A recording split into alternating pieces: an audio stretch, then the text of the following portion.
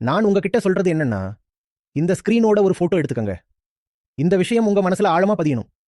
எந்த சேனல் காட்டினாலும் காட்டாட்டாலும் நீங்க உலகத்துக்கே இதை காட்டுங்க. ஒரு காரை குறைச்சா வருஷத்துக்கு எத்தனை டன் கார்பன் டை ஆக்சைடு சேமிக்கலாம்?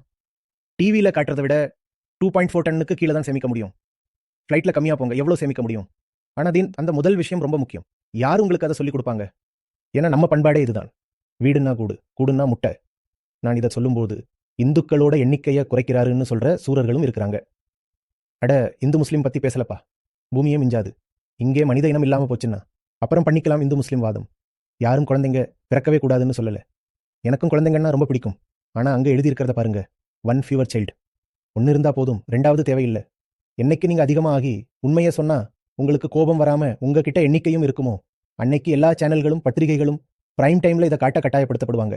இன்னைக்கு அவங்க காட்டுறது இல்ல. ஏன்னா சாதாரண மக்களுக்கு உண்மையை காட்டுனா அவங்க சேனலை மாத்திடுவாங்க. ஏன்னா அவங்களுடைய சுயநலத்துக்கும் வசதிக்கும் ஆபத்து வரும்.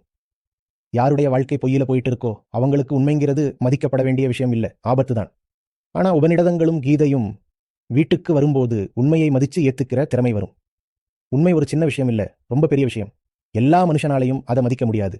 மீடியா இந்த விஷயத்தை ஏன் எழுப்புறது இல்லைன்னு இப்போ உங்களுக்கு புரியுதா? என்னால ஏன் இந்த விஷயத்தை உங்ககிட்ட பேச முடியுதுன்னா, நான் முதல்ல ஒரு கிளைமேட் ஆக்டிவிஸ்ட் கிடையாது. நான் கீதையை சொல்லிக் கொடுக்குற ஆசிரியர். நான் உங்களுக்கு கீதை சொல்லிக் கொடுத்துருக்கலன்னா நீங்க என்னோட பேச்சை கேட்டிருக்க மாட்டீங்க.